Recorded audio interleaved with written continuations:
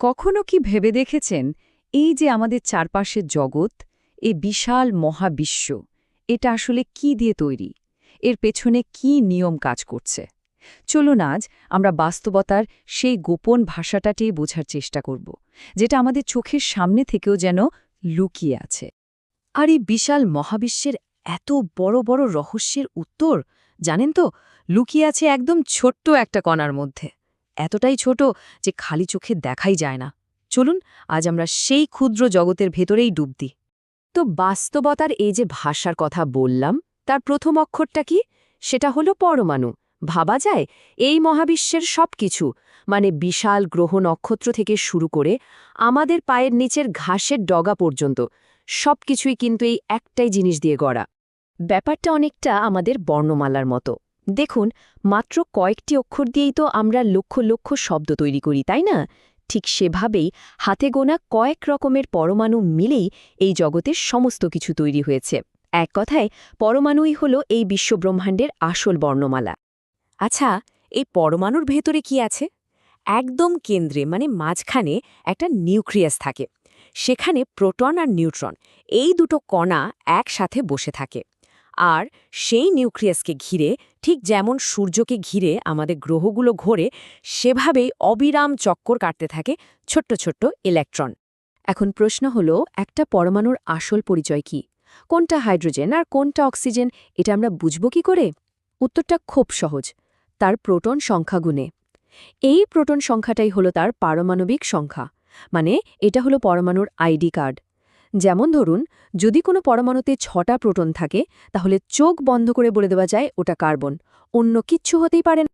চলুন কার্বনের উদাহরণটা দিয়ে ব্যাপারটা পরিষ্কার করা যাক। দেখুন, এখানে 6টা প্রোটন আছে, তাই এর পারমাণবিক সংখ্যা হল 6, আর এটাই ওর পরিচয়, ও কার্বন। আবার 6টা প্রোটন আর 6টা নিউট্রন মিলে এর ভর সংখ্যা হল 12। আর খেয়াল করে দেখুন, 6টা পজিটিভ প্রোটনের সাথে ঠিক 6টা নেগেটিভ ইলেকট্রনও আছে। প্লাস মাইনাস কাটাকাটি হয়ে গেল, তাই স্বাভাবিক অবস্থায় কার্বন পরমাণু একদম নিউট্রাল বা চার্জবিহীন থাকে। তো আমরা বর্ণমালার অক্ষরগুলো তো চিনে ফেললাম, কিন্তু শুধু অক্ষর দিয়ে তো আর গল্প হয় না, তাই না? শব্দ বানাতে হয়। পরমাণুরাও ঠিক তাই করে। যখন এই অক্ষরগুলো একে অপরের সাথে যোগাযোগ করে, মানে যুক্ত হয়, তখনই তৈরি হয় রসায়নের শব্দ, মানে অণু আর যৌগ। আর রসায়নের আসল ম্যাজিকটা কিন্তু এখানেই শুরু। কিন্তু পরমাণুরা কি সবসময় এরকম শান্তশিষ্ট নিউট্রাল থাকে? না, ওরা মাঝে মাঝে ইলেকট্রন দেওয়া নেওয়া করে।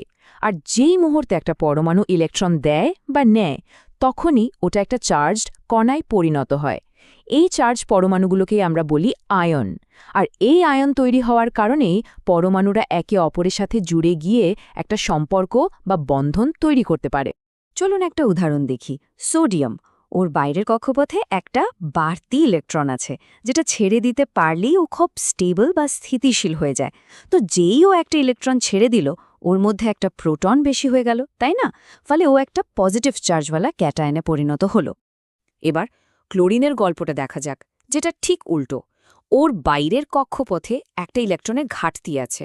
ও যদি কোথাও থেকে একটা ইলেকট্রন পেয়ে যায়, তাহলে ও স্টেবল হয়ে যাবে। তো যেই ও একটা ইলেকট্রন গ্রহণ করল, ওর মধ্যে একটা ইলেকট্রন বেড়ে গেল, আর তার ফলেই ও একটা নেগেটিভ চার্জওয়ালা অ্যানায়নে পরিণত হলো। তো এই যে পজিটিভ আর নেগেটিভ আয়ন তৈরি হলো, ওরা একে অপরকে আকর্ষণ করে আর জুড়ে যায়। আর এই যে জুড়ে গিয়ে নতুন কিছু তৈরি করলো, সেই গল্পটাকে আমরা লিখি রাসায়নিক সংকেত দিয়ে।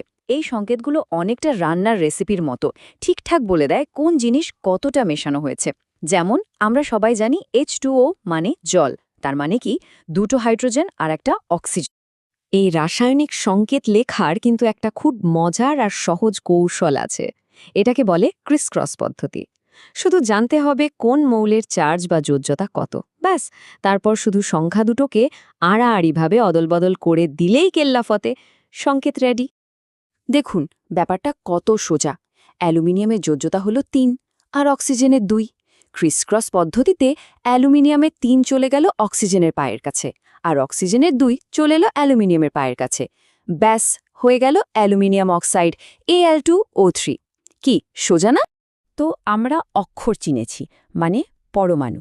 শব্দও লিখতে শিখে গেছি, মানে রাসায়নিক সংকেত। এবার কি বাকি? বাক্য তৈরি করা।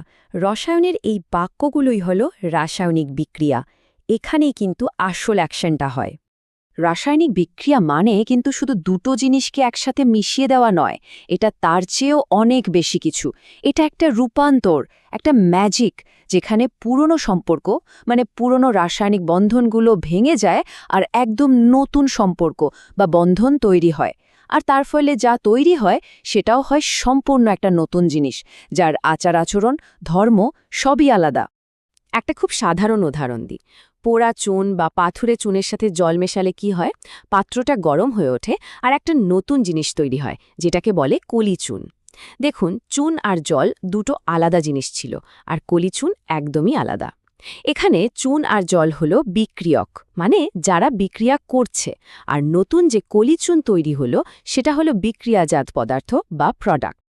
আর রসায়নের ভাষায় যদি এই পুরো ঘটনাটা লিখতে চাই, তাহলে আমরা একটা সমীকরণ ব্যবহার করি। CaO মানে পোড়া চুন, আর H2O মানে জল। এই দুটো মিলে তৈরি করছে CaOH2 বা কলি চুন। এই ছোট্ট একটা লাইনই কিন্তু পুরো বিক্রিয়ার গল্পটা বলে দিচ্ছে। তবে রাসায়নিক বিক্রিয়ার একটা খুব গুরুত্বপূর্ণ নিয়ম আছে, যেটা সারা মহাবিশ্ব মেনে চলে। নিয়মটা হলো, কোনো কিছুই হারিয়ে যায় না, আবার নতুন করে তৈরিও হয় না। মানে বিক্রিয়ার আগে যতগুলো পরমাণু ছিল, বিক্রিয়া শেষ হওয়ার পরেও ঠিক ততগুলোই থাকবে। তারা শুধু নিজেদের মধ্যে জায়গা বদল করে, নতুন পার্টনারের সাথে জুড়ে গিয়ে নতুন জিনিস তৈরি করে। অনেকটা ডান্স ফ্লোরে পার্টনার বদল করার মতো।